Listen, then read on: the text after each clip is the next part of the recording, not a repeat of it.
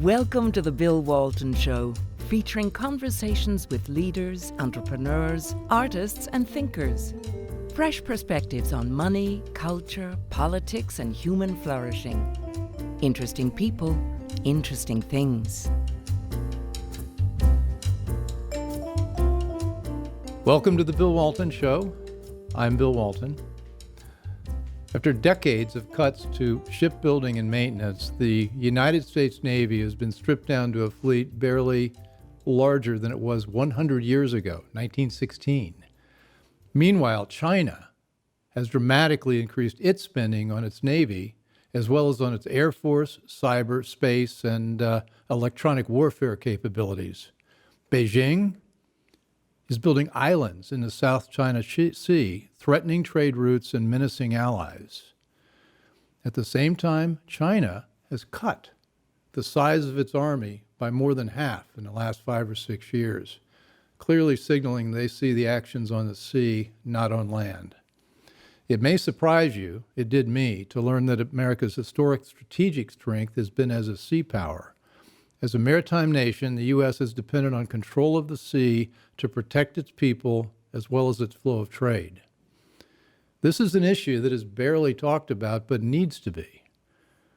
With me to explore this is Russ Vought, the founder of the Center for Renewing America, and was director of the White House Office of Management and Budget in the Trump administration. He prepared President Trump's last budget, proposing a significant increase in spending on our military, on our Navy, specifically the Navy, which Joe Biden, with his usual strategic genius, promptly eliminated. Arthur Herman, one of my favorite authors, and I have a couple of his books here, is a senior fellow at the Hudson Institute focusing on defense, energy, and technology issues. He was senior advisor to President Trump's national security advisor, focusing on the need to rebuild our Navy. Dr. Herman is the author of 10 books, many of them both bestsellers, I think most of them bestsellers. One that I highly recommend if you want to know the roots of the thought behind our Constitution is how the Scots invented the modern world. To Rule the Waves, which gets into the history of how Britain used its Navy and pioneered the use of sea power. Pioneer is the wrong word. They had a few people before them, like the Vikings. And he also wrote Freedom Forge, how American business produced victory in World War II. His most recent book is The Viking Heart, which talked about how the Vikings used sea power to propel their way through the world and how their lessons are useful for us even today. Also, it's got 90% 4- and 5-star ratings on Amazon, so it's been vetted and it's great. Russ, Arthur, great to have you guys here. Although we're talking about a pretty alarming topic, which is our strategic capabilities. Russ, you were in the weeds on the budget and the whole defense budget, and you proposed an increase in naval spending. Give us some. Let's start from there. Sure. You know, one of our responsibilities at OMB is to execute the president's agenda, and he ran for office on rebuilding our nation's defenses and committed very sizable increases every year to do that. But one of the things we wanted to continue to make sure was be below the top line of defense spending. What are the metrics for the American people to be confident that they are secure, that their national security is going to be taken care of? What historically has our country relied upon? And that's when we kind of took another step and went deeper in the last 2 years of the administration, particularly the last year of the administration, to be able to really make sure on maritime supremacy, which is something that our country has relied upon since its founding, to be the real foundation of what keeps us secure. How are we doing on that? And as you mentioned in your opener, Bill, the Obama administration took us down to the lowest in 100 years. We hadn't been that low since 1916, somewhere in the neighborhood of 270 battleships. We were able to get that back up to around 300 and put it on a trajectory towards the statutory goal of 355 ships. That is, in our mind, a good bellwether for where we need to be and increase it. But what we really wanted to do is to make sure we were on the right trajectory.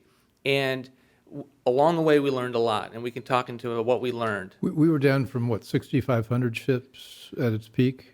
Yeah, well, we were at sizable levels in World War II, but we were at Cold War levels. Cold War levels. In the 400, 500 realm under Okay. John Lehman. And China has how many right now?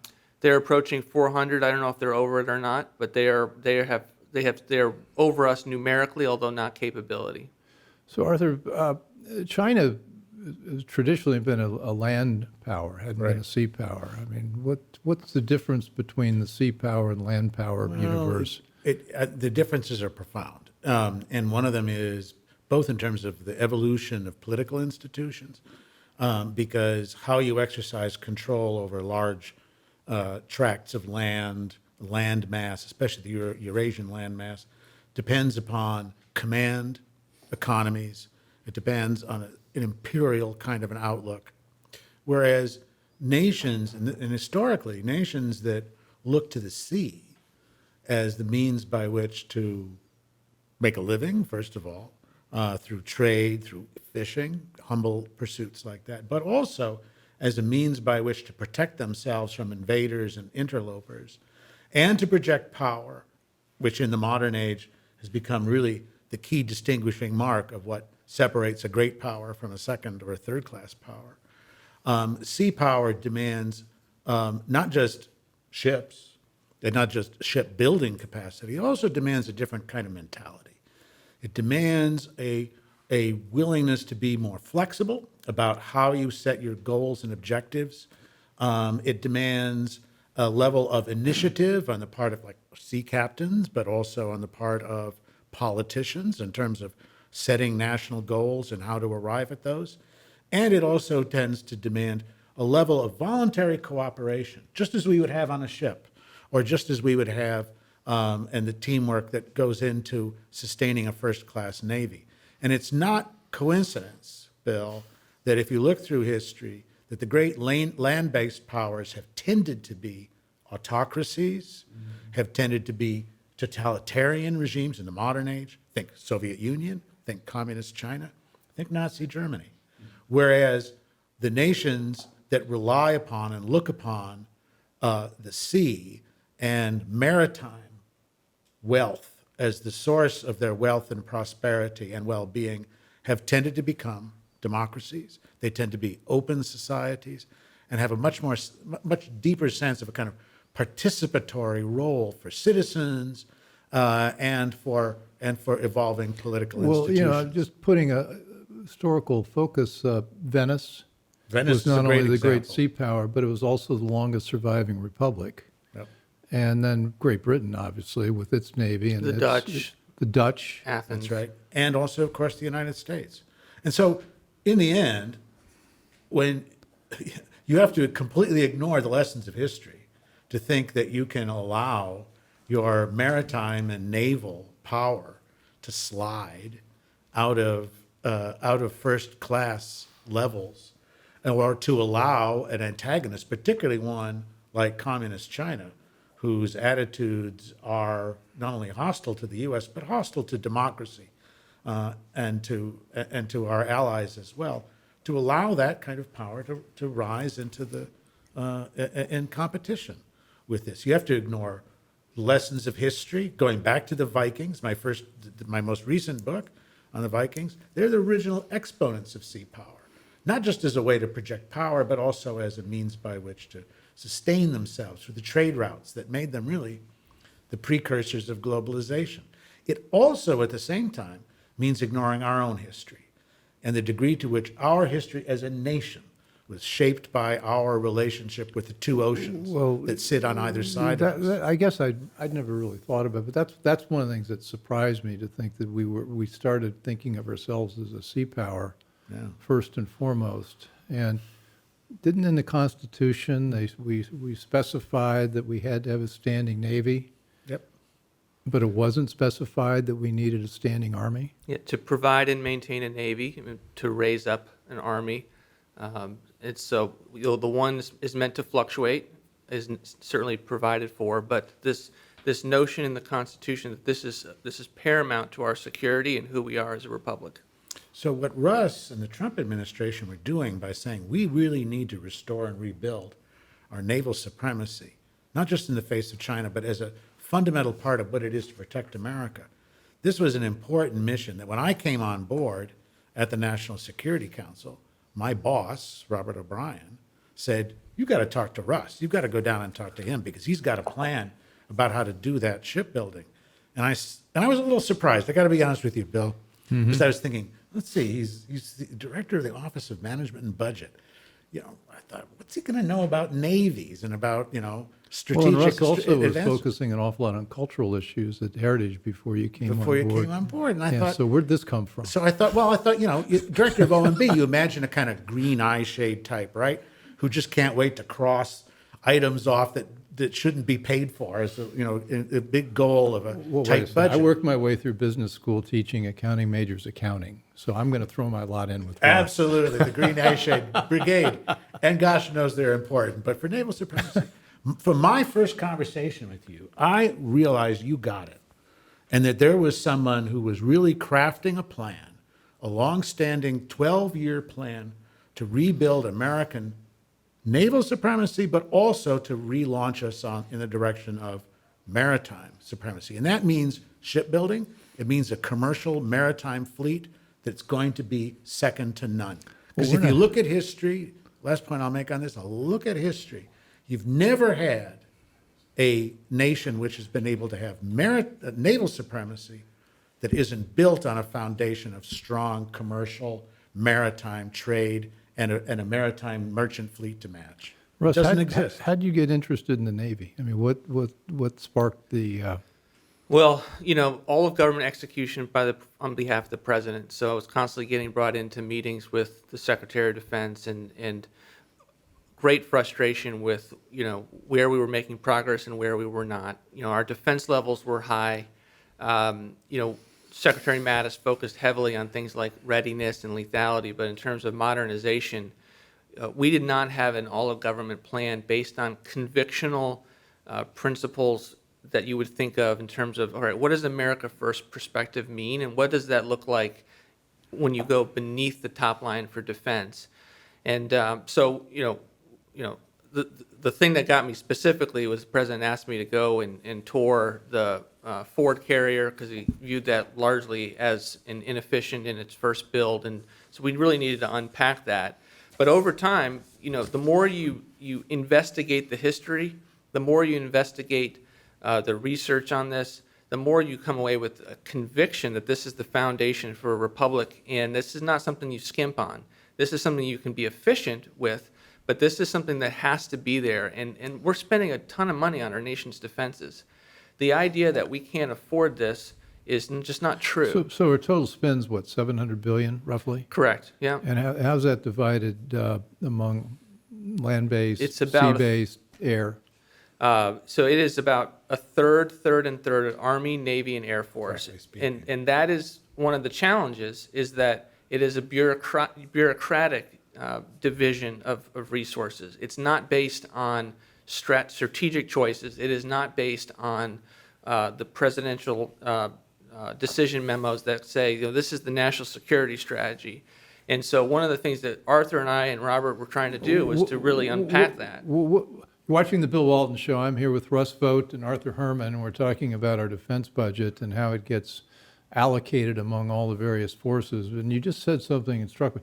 You're saying nobody's really thinking about the strategy when they divide up how much, who gets what? I'm afraid that's It's true. it's just a product of an to keep institutional inertia. It's to keep the different services happy. And that is that even though we're getting, we're not getting all what we want, no one is getting any more than we are.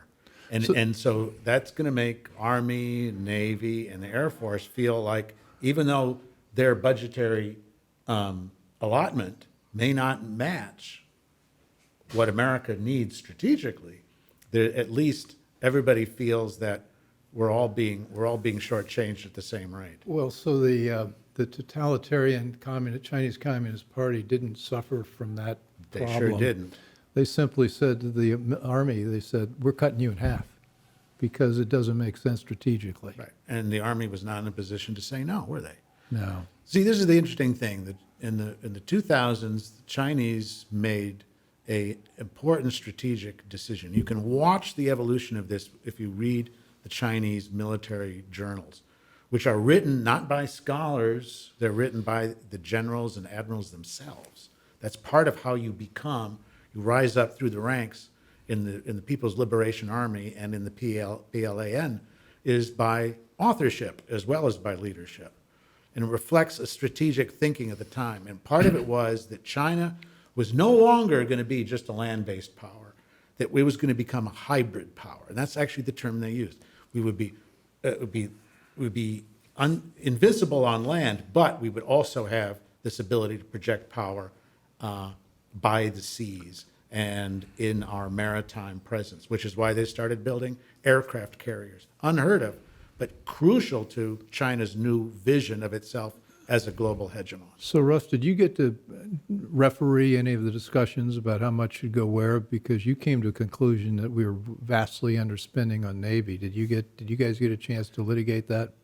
We were in the process of it, and we made substantial progress. And we had the chairman of the Joint Chiefs of Staff come out in a speech. Who was that then? This was Milley, who came out at the very end and said, look, this budget that's being crafted, Army's going to need to take a hit because we're a maritime nation. That was after a year of reverse engineering what was necessary to actually achieve the president's objectives. That's because he thought there was less white rage in the Navy. That's right. That's right. Exactly. But from the standpoint of that year, it was required to be able to fix the bureaucracy and do what we needed to be able to come to a place where we were going to achieve the president's objectives. Well, how much do the cultural issues affect how we divide things up? I mean, if you're a maritime nation, like you wrote eloquently about the West Country in England, about how that was a very rough peninsula and they were all very close to the sea and they developed that culture that, voluntary cooperation, they had a mentality, but it was part of the British culture in a way to think of themselves as sea. In America, we seem to have lost that. We seem to think of ourselves as Army. And I guess I'm making a statement, but also sort of leading to a question. To what extent to things like the Green Berets, who've been romanticized, and all the boots on the ground we've had, disproportionately given people to think that that's where we ought to put our money? You want to take that? Yeah, so I think I asked a question in there, I'm not sure, but I think to you're, discuss. You're absolutely right in the sense that we are very Army-centric right now as a culture and as in terms of the bureaucracy. And that we saw that in government. One of the things that we are trying to prompt a debate about, and we wanted to use our last budget, the year 5 budget that we were building to, is to make it so that we are once again a blue water school of strategic thought, so that the American people, when they think about their national security, identify with a strong Navy that leads to maritime supremacy so that we can always properly resource it. We never want to be in a situation where you have to just kind of fight for yourself under a top line of what we can afford as a country. We want to be able to say what's strategically the most necessary and build from there for threats. Yeah, naval supremacy doesn't exclude the other services or the other types of military power or military force. What it really does is give them an additional agility and an additional flexibility in terms of where they can go, how they can be resupplied, and where they can strike an enemy and catch them unawares. That's one of the things the Vikings had. They took the best nautical technology, which was their long ships with a very shallow draft that could go from ocean going to river going without missing a beat, and the square sail, and they used that with devastating effect against their enemies. What we have now is a Navy that is poised to have a similar kind of role. The advanced technologies that are coming on board, for example, unmanned and autonomous systems, have to be included in the picture of what naval supremacy looks like in the future. But so does air power, so does special operations. All of these are about being able to project force quickly and cleanly and surgically in ways that will preserve and protect American power and American interests without bogging us down in the kinds of nightmares that we saw unfolding in Iraq and Afghanistan or Vietnam before that. Is the division among the branches ossified thinking? Is that all backward looking? I mean, I think about addressing the China issue. Is that an economic threat? Is it a military threat? Is it a cultural threat? I mean, you think about it, you and I have talked about the way some think tanks are organized. They get the economic people on one side and they're saying, we've got to have unilateral free trade.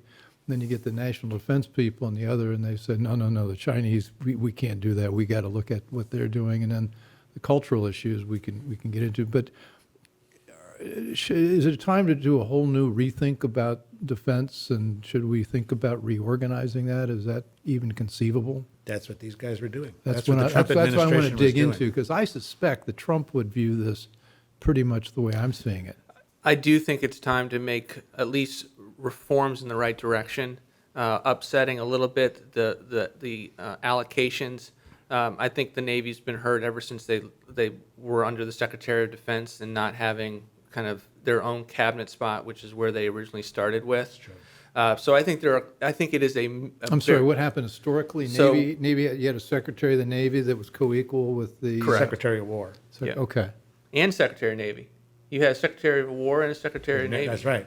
And they were co-equals in cabinet. Okay. And then with the reorganization of the armed forces after World War II, the 1946, the creation of the Defense Department, both became subsumed under a single head. So our namely focus on the SecDef. Navy from the founders lingered on until the Cold War. Certainly did. You're absolutely right, Bill. Okay. Yeah, I mean, your assistant secretaries are two Roosevelts that went on to very prominent positions after that role. So I do think a lot of it is cultural, and just the nature of the way that the bureaucracy runs. It's almost on autopilot, Bill. They get a number every year. They say, okay, we'll take that number and we'll factor it into our different formulas. And even the secretaries have very little ability to impact the change that they're being asked to from a president, unless they start a year or 2 or 3 years in advance and reverse engineer it and saying, I understand a lot of things are going to happen, but we're going to come out the other side and we're going to have this number of ships and what's necessary to achieve that. How long does it take to design and build a modern naval ship? It's all Depends over on the ship. yeah, it depends on the ship, but to just give you a sense, you take the Columbia class submarine, which is the replacement for our nuclear subs. The decision on that was to go in that direction was 2008. It's not going to hit its first patrol until 2031. So that's another reason why this is so important. You can't just make a mistake and fix it in 10 years. You might be able to raise up an army or train them, get them ready, but when you're talking about building ships, this is a long lead time. You're testing my math skills. That's like 23 years? That's 23 years. 23 years. Yep. That's right. stunning. It is. And but this is not just the case for the U.S. Navy. It's true for all navies. It's always been the problem throughout history that building a strong naval fleet requires time. It requires years of investment, years of construction, years of integrating new technologies as you go along.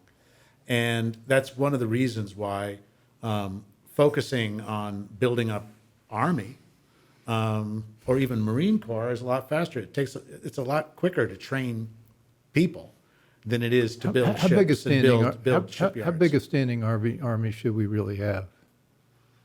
We are right now about 485,000 active. I think part of the question is not just how big it is, but what's the proportion that's active versus National Guard.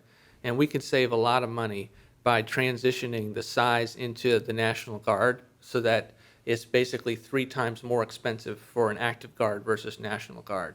So there's things like that, I do believe we need to have a smaller army, but I think you can also be able to keep similar numbers in a different capacity and still get the job done for the various requirements that the military has. And we also have to be honest about another thing, Bill, and that is that the biggest increase, the fastest growing increases in our defense budget have been in the area of personnel, providing health benefits, providing additional pay, providing all the other ways in which an all-volunteer force can remain all volunteer because there are incentives to people to enlist, to stay on, and to make careers out of their life in the military, whether it's Navy or the Air Force or it's Army or Marines. But the ratio of tip to spear is infinitesimal, is it not?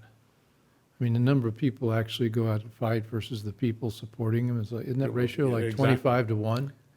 Yeah, I mean, we don't really have an army. We've got a healthcare system that has guns.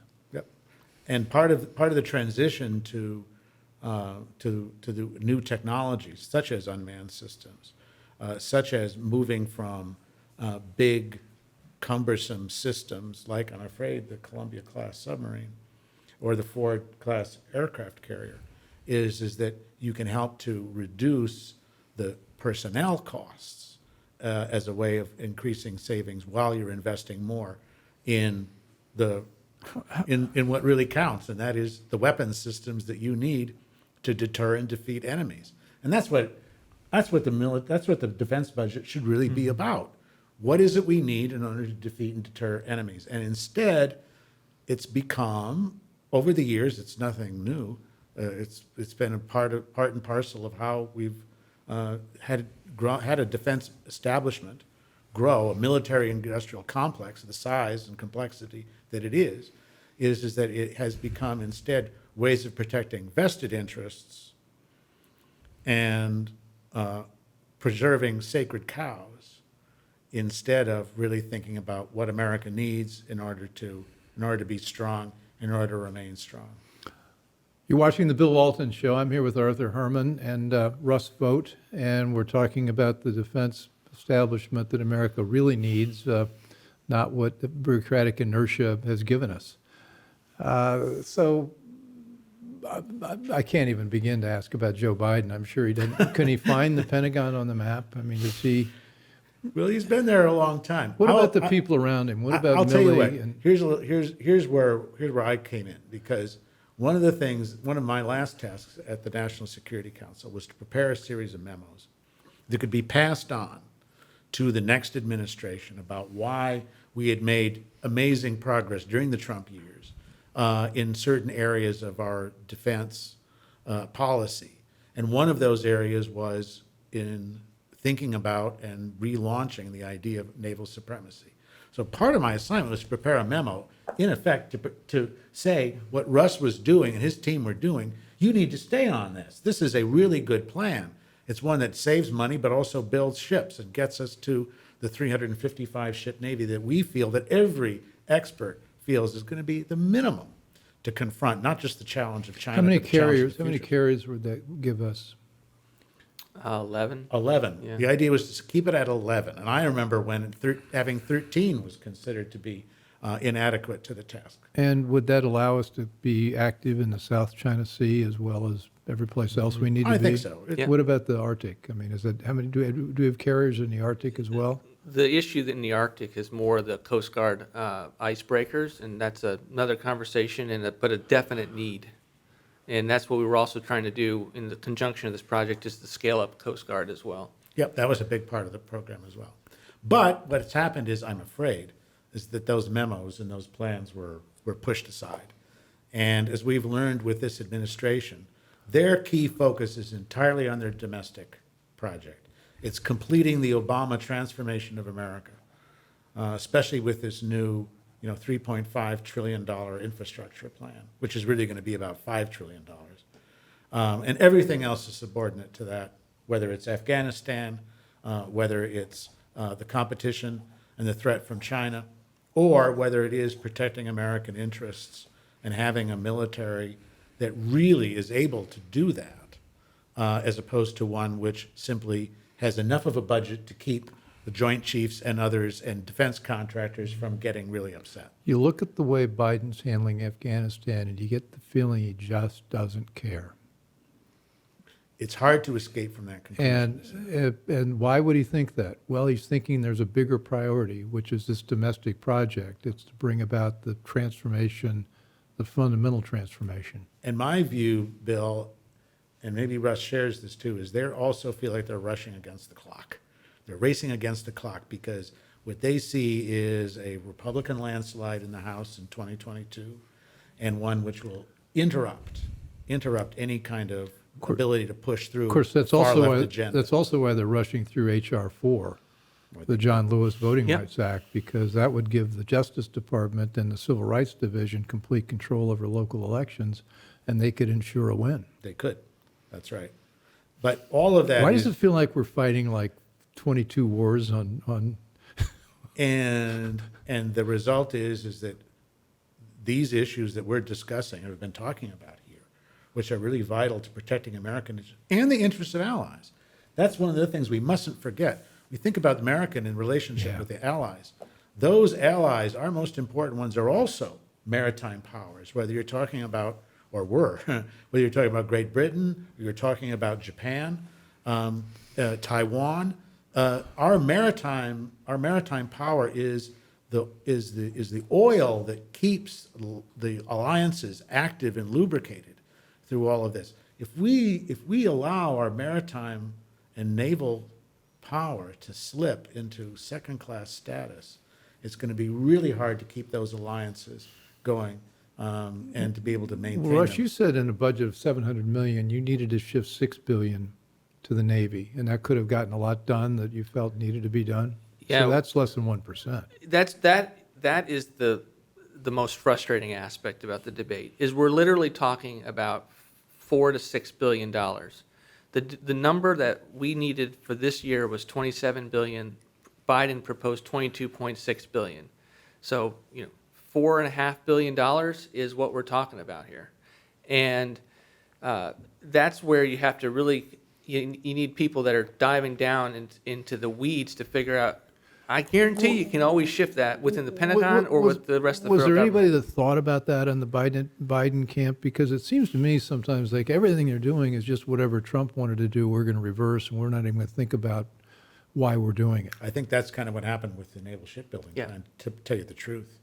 I think all it had the stigma of having been something to come out of the Trump administration, and all the arguments you could present about how necessary this was, how feasible it was, all went by the boards. So we actually put forward a public version of the budget that was to come because we didn't know the situation that we were going to find ourselves, whether it was going to be us in office or not. We chose a top line that reasonably the Biden administration could have chosen, relatively with inflation freeze. And so we made the trade-offs within that level, and we largely reinvested OCO savings, which for your audience is overseas contingent funds for Afghanistan. Not only for the audience, for me. What is that savings? OCO savings? OCO savings, overseas counterinsurgency funding. And we reinvested that into the Navy, into modernization. And so we figured out the way to do it, and we capped Army end strength. And so Arthur's right. I mean, this was there on a silver platter. In fact, the budget had been negotiated with all of the brass and had been signed off on. It was ready And to you go. put that out in an op-ed in the We did. Journal in December. So it's out there for everybody to take Correct. a look at if Yeah. you want to just Google Yeah, it. and there's more in depth than that. Yep. And it was swept aside. A different set of priorities came into play, and a very different vision of what American defense would look like came onto the stage instead. Who's our Secretary of Navy now? Del Toro, Secretary Del Toro. Does I he get get that this? right? Is he an advocate for the Navy? Is he just... We're not going to say anything bad about Secretary of the Navy currently. What I would say is that if you look at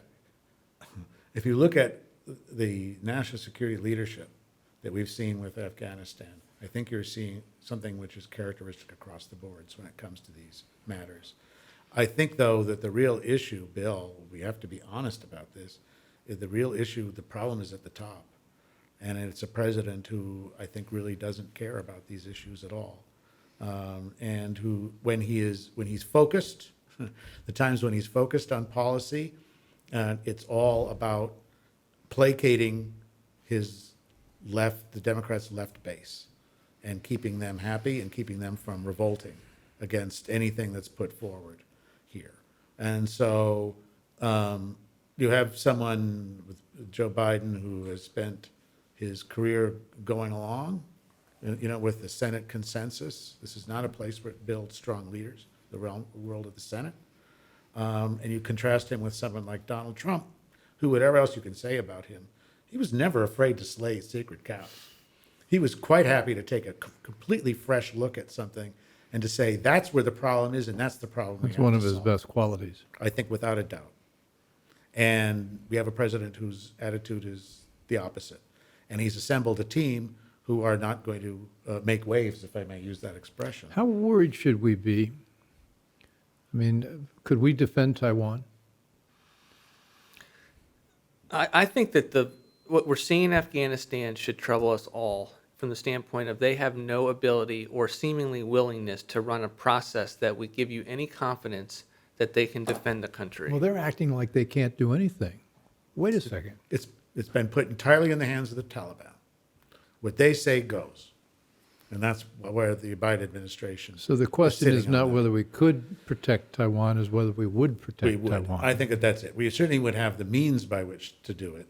But we have to think about the relationship between China and Taiwan as being much more than simply a question of an invasion, a sort of Operation Sea Lion, that suddenly Chinese troops and landing craft Grenada. are appearing. There are many other ways in which they can put the squeeze on Taiwan. If you look at what's happened with Tibet, for example, the absorption of Tibet into the Chinese empire has been going on for decades. It's been a long, slow, inexorable process. And I suspect you're going to see more of that with regard to Taiwan.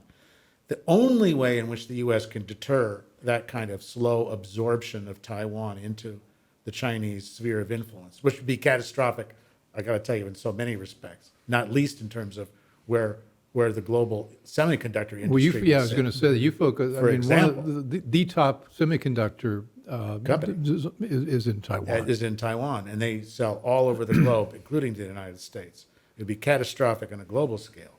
But in order to do that will require a firm statement of deterrence that says we're going to stand with Taiwan, but that these are the kinds of, to show that kind of strength and show that kind of support in obvious ways. One would be joint military exercises with the Taiwanese Navy, for example. One would be making Taipei a port of call for U.S. warships and Navy ships. Where's Japan in this, or That's Australia? a very interesting question. I spent a lot of time working with Japan on defense trade and defense issues, as well as technology issues. And I would say right now, my conversations with Japanese officials, both high and low, is they're very worried. They were very worried during the Obama years, Bill, because what they saw was a declared. This is the Japanese calling right calling now. right now. Yeah, they're calling. They're going to say. They're going They're going to say Dr. Herman is right. He's absolutely correct. What they saw was a Pacific pivot, which was in words only, had no real substance to it. At first, they were worried about Donald Trump because they had read about Donald Trump in the American media, and so they thought he was going to be a wild man. They thought he was going to be someone who was going to turn his back on the rest of the world and America first and so on. What they didn't realize is that America first, what that really meant was American leadership.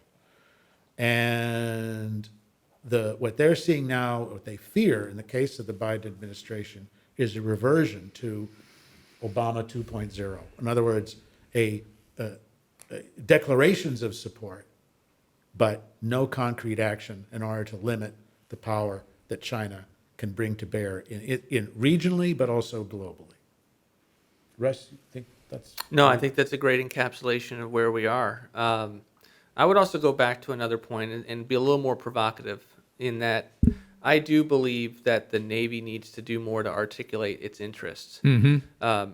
If Totally we're right. talking That's about totally right. The Air Force or the Army, they are not bashful about what their interests are, and they're very clear about what it will take to defend the country. And the Navy just has gotten used to not doing that. The Navy seems to think that a little bit more contextually and say, oh my gosh, I'm not going to be able to get the Columbia funded, or I'm not going to be able to have the readiness dollars I need to train my seamen unless I go along politically. And we just need something more from the Navy than that. I joke around. I used to tell NASA, I used to tell them, for one day, can you act like NASA? NASA just does press releases about their needs. They never stick to process. Just one day, can you tell me what you need? So I don't have to figure it out. I just need to know what you need, and we need them to step up in that way.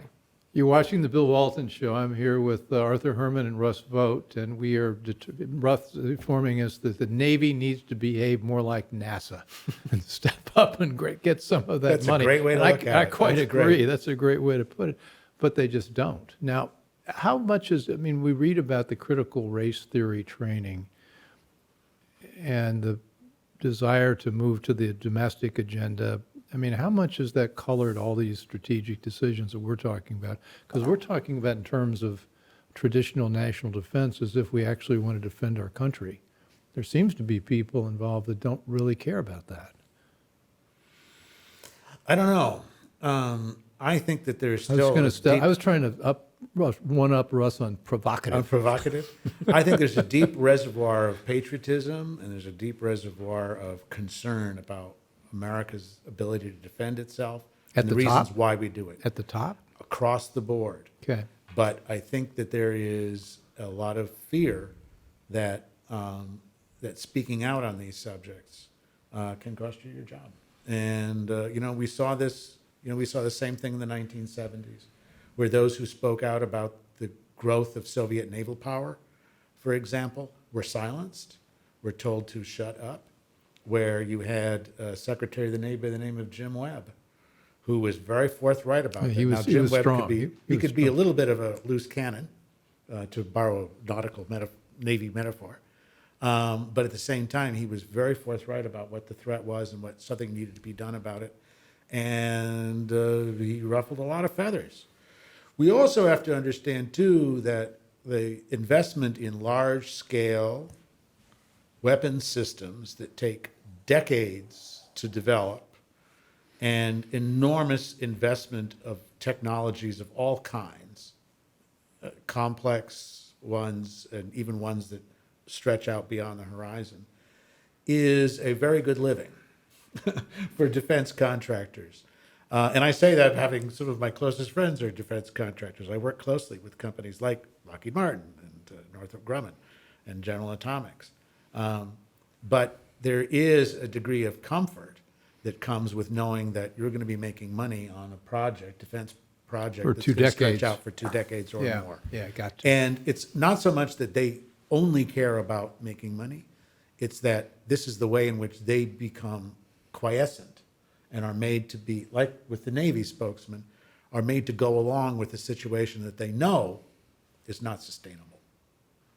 And there's cheaper and better ways to do it. I mean, you look at the frigate, and the frigate is the small surface combatant, one step smaller than your destroyer. The frigate was competitively bid based on a current design. So instead of having to go and start over and add 15 new things, which is part of the reasons why the Ford carrier is so complicated and delayed, they kind of knew what they were dealing with, and they said, we're going to bid this out based on what we know, what will work across the globe, and it was much cheaper and much quicker. So I think there's ways to do it. But you have to have enough people in there who think like that. You do. Absolutely. And And to understand the value of that. I mean, one of the lessons from my book, To Rule the Waves, about the British Navy and its history is that quantity has its own quality. And so simply having a lot of ships that can accomplish certain kinds of specific missions can do a lot to project power and to deter aggressors in ways that waiting for the biggest and the most advanced systems simply can't do and simply won't be able to achieve. And I think this is also one of the things which I've seen with regard to this latest budget from the Biden administration is there is, and I've seen this trick before, is that, well, there are going to be advanced systems in the future that will make existing fleet or our existing aircraft, for example, the FA-18, obsolete. So we're investing in the future, right, in systems that will come offline in 10 or 15 years. So therefore, we can begin the process of retiring or allowing these other systems to fall into desuetude. It's a self-delusion trick, but it has happened before where the pretense of investing advanced technologies takes you off the hook of having to invest and and to refurbish Just fixing what you already have and making mobilize sure what it you works. already I mean, have, we had even no matter how Peter Fry effective was it here may be. talking about ICBM. We've got an ICBM capability that we're not sure whether it's going to work or not Yeah, because we stopped all the testing. right. Yeah, what Arthur's referring to is the budget version of a magic asterisk. You know, let's just say call it unmanned, and somehow it will materialize in 10 years. Well, we need to plan so it does materialize, but we certainly can't bet the house on unmanned in its entirety. We need to do both. I've got a question for the former head of the OMB. Our national debt, we're now running towards a $5 trillion another spending bill. Our national debt, where are we now? 23, 24? 28, yeah. 28 trillion? Yep. So we're now at about 110, 120% of GDP? Yeah, we just went over 100% of GDP during the COVID months. Okay, so it's higher than it was in World War II and counting. And we're, you can fund the debt with, you can fund the spending with taxes. There's not enough people to tax to do that. You can do it with debt or you can do it with inflation. If we get inflation, we get rising interest rates, the interest on the national debt, where are we now? It's about $400 billion. Mm-hmm. And the defense budget's about $700 billion. So if you get and then the estimate is that the deficit's supposed to go from like where we are, 28 trillion to 50 trillion. And almost half the money that builds up is interest, financing interest on the debt. It's sort of like your credit card. We just get underwater and you never recover. At what point does does spending on interest in a national debt swamp national defense? And we really are underwater, aren't we? Yeah.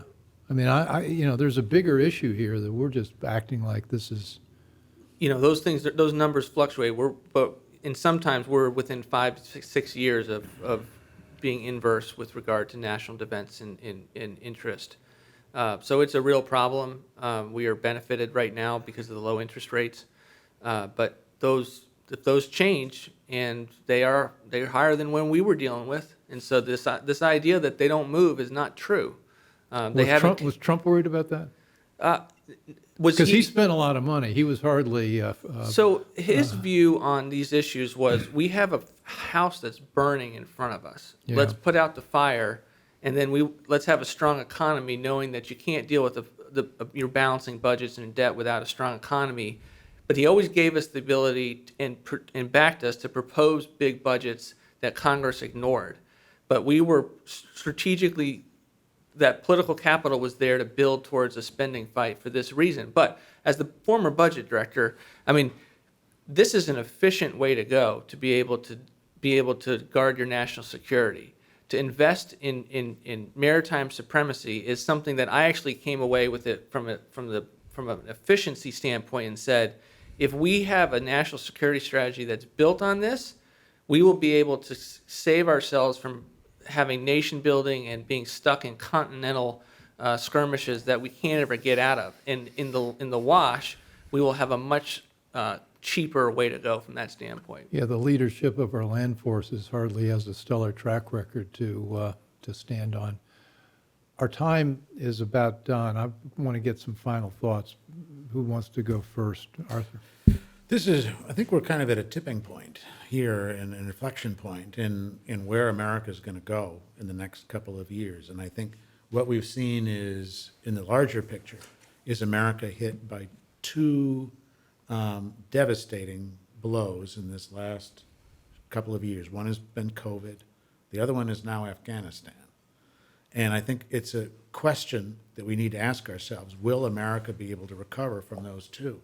Will we be able to rise up, be as strong as we were, or even stronger, in the shadow of those two twin catastrophes? Or are we going to slide into second-class power status, the way France did after World War I, or the way Great Britain did after World War II?